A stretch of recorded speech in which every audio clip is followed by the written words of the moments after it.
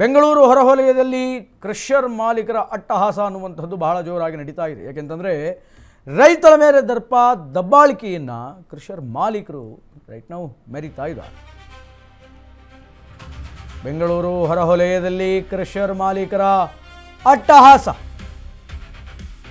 ರೈತರ ಮೇಲೆ ದರ್ಪ ದಬ್ಬಾಳಿಕೆ ಮೆರೆದಂತಹ ಕ್ರಷರ್ ಮಾಲೀಕರು, ರೈತರ ಕಾರುಗಳಿಗೆ ಬೆಂಕಿ ಹಾಕಿದ ಕ್ರಷರ್ ಮಾಲೀಕರು ರೈತರ ಕಾರುಗಳಿಗೆ ಬೆಂಕಿಯನ್ನು ಹಾಕಿದ್ದಾರೆ. ದೇವನಹಳ್ಳಿ ಬಳಿಯ ತೈಲಗೆರೆ ಗ್ರಾಮದಲ್ಲಿ ನಡೆದಿರುವಂತಹ ದುರ್ಘಟನೆ ಇದು. ವಿಕೃತ ಘಟನೆ. ಲಕ್ಷಾಂತರ ಬೆಲೆಯ ಡಸ್ಟರ್ ಕಾರಿಗೆ ಬೆಂಕಿಯನ್ನು ಹಚ್ಚಿ ವಿಕೃತಿಯನ್ನು ಮೆರೆದಿದ್ದಾರೆ. ಕ್ರಷರ್ ಮಾಲೀಕರ ದೌರ್ಜನ್ಯಕ್ಕೆ ಗ್ರಾಮಸ್ಥರು ರೈಟ್ ನಾವೀಗ ಕಂಗಾಲಾಗಿದ್ದಾರೆ.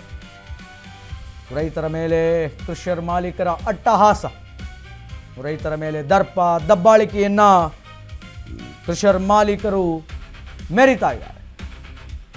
ರಸ್ತೆ ಬದಿಯಲ್ಲಿ ನಿಂತಿರುವಂತಹ ರೈತರ ಕಾರುಗಳಿಗೆ ಬೆಂಕಿಯನ್ನು ಹಚ್ಚಿದ್ದಾರೆ ಈ ಕ್ರಷರ್ ಮಾಲೀಕರು. ಬೆಂಗಳೂರಿನ ದೇವನಹಳ್ಳಿ ಬಳಿಯ ತೈಲಗೆರೆ ಗ್ರಾಮದಲ್ಲಿ ಈ ದುರ್ಘಟನೆ ಅನ್ನುವಂಥದ್ದು ನಡೀತಿದೆ. ಕಷ್ಟಪಟ್ಟು ರೈತರು ಬೆಳೆ ಬೆಳೆಯೋದೇ ಕಷ್ಟ ಅಂತದ್ರಲ್ಲಿ ಏನೋ ಒಂದು ಸ್ವಲ್ಪ ಎಲ್ಲರಂತೆ ನಮಗೂ ಒಂದು ಕಾರ್ ಇರಲಿ ಮನೆ ಇರಲಿ ಅಂತ ಕಾರ್ ತಗೊಂಡಿರ್ತಾರೆ. ಅಂತಹ ಕಾರಿಗೆ ಬೆಂಕಿಯನ್ನು ಹಚ್ಚಿ ಈ ಕ್ರಷರ್ ಮಾಲೀಕರು ವಿಕೃತಿಯನ್ನು ಮೆರೆದಿದ್ದಾರೆ. ಬೆಂಗಳೂರು ಹೊರವಲಯದಲ್ಲಿ ಕ್ರಷರ್ ಮಾಲೀಕರ ದರ್ಪ ಅನ್ನುವಂಥದ್ದು ನಿರಂತರವಾಗಿ ನಡೀತಾ ಇದೆ. ಇದೆಂತಹ ಸಂಸ್ಕೃತಿ, ಇದು ಎಂತಹ ವಿಕೃತಿ ಅನ್ನುವಂತಹದ್ದೇ ಗೊತ್ತಾಗ್ತಾ ಇಲ್ಲ.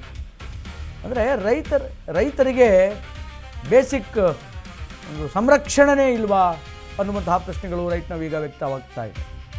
ದೃಶ್ಯಾವಳಿಗಳಲ್ಲಿ ನೋಡ್ಬೋದು ನೀವು, ಸುಟ್ಟಿರುವಂತಹ ಡಸ್ಟರ್ ಕಾರ್.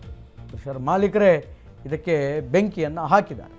ಕ್ರಷರ್ ವಿರುದ್ಧ ಧ್ವನಿ ಎತ್ತಿದ್ದೇ ಕೂಡ ಈಗ ತಪ್ಪಾಯ್ತಾ ಅಂತ ರೈತರು ಕಂಗಾಲಾಗ್ತಾ ಇದ್ದಾರೆ. ಭೂಮಿ ಮತ್ತು ಪರಿಸರ ಹಾಳಾಗ್ತಿದೆ ಅಂತ ರೈತರ ಪ್ರಶ್ನೆಯನ್ನು ಮಾಡಿದರು.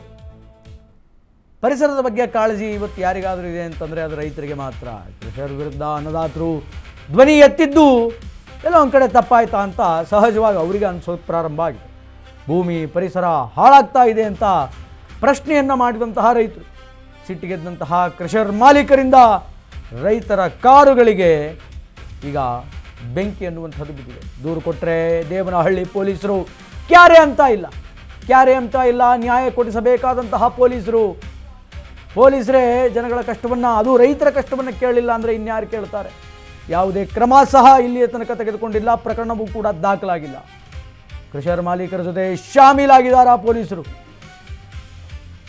ಪೊಲೀಸರ ವಿರುದ್ಧ ರೈತರು ಈಗ ಗಂಭೀರ ಆರೋಪವನ್ನು ಮಾಡ್ತಾ ಇದ್ದಾರೆ.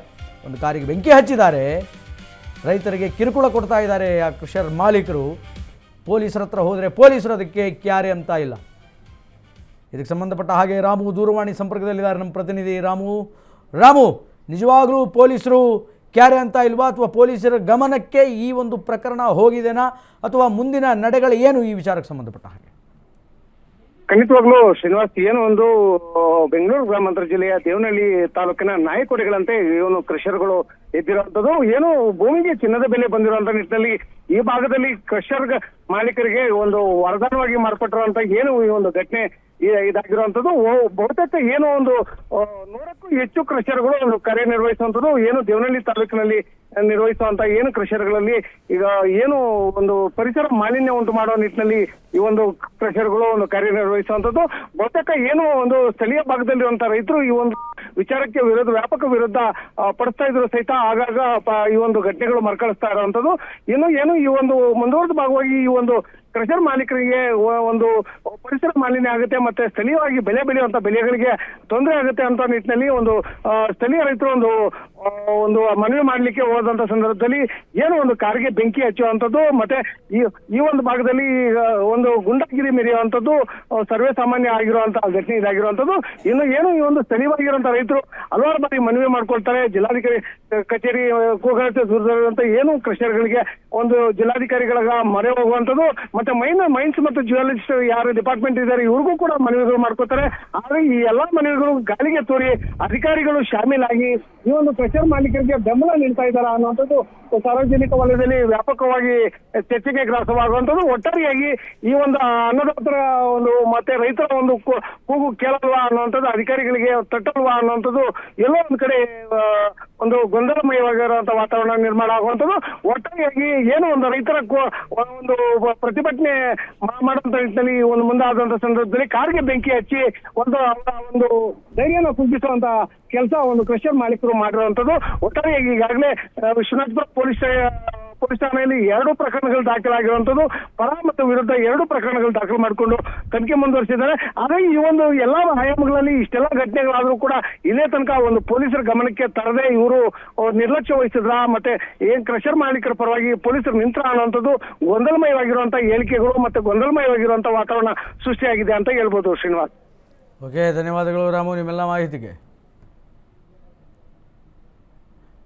ಇವತ್ತಿನ ತನಕ ಪೊಲೀಸರು ಇದಕ್ಕೆ ಸಂಬಂಧಪಟ್ಟ ಹಾಗೆ ರೈತರ ಪರ ಯಾವುದೇ ಒಂದು ಧ್ವನಿಯನ್ನು ಎತ್ತಿಲ್ಲ, ರೈತರ ಪರ ಹೋಗಲಿಲ್ಲ, ಕ್ರಷರ್ ಮಾಲೀಕರ ವಿರುದ್ಧ ಕ್ರಮವನ್ನು ಕೂಡ ತೆಗೆದುಕೊಂಡಿಲ್ಲ ಪೊಲೀಸರು.